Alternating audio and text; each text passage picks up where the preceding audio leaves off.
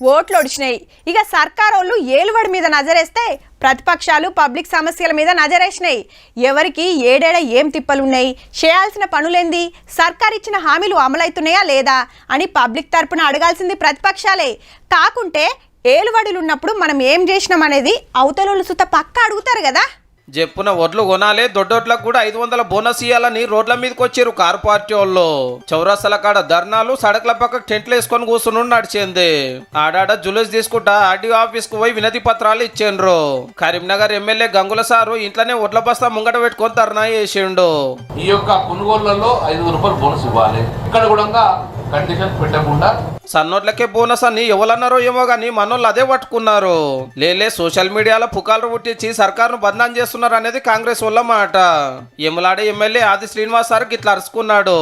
10 సంవత్సరాలు పరిపాలన చేసినప్పుడు వరేస్తే ఊరైనటువంటి కేసీఆర్ సార్ ప్రభుత్వం దిగిపోయిన తర్వాత రైతులు గుర్తుకొస్తారనే మాటని సందర్భంగా ఇంతకు 500 బోనస్ సంగతి ఏంది సారు? వచ్చే వానకాల పంటకు 500 బోనస్ ఇస్తామని చెప్పి ఇప్పటికే మా ముఖ్యమంత్రి చెప్పారు.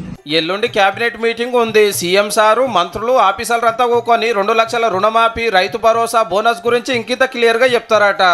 మళ్ళా ఆనలు అందుకున్న ఈ వడ్లయితే తప్పన కొనుండ్రి సాలరు రైతులకు తిప్పలు కాకుండా.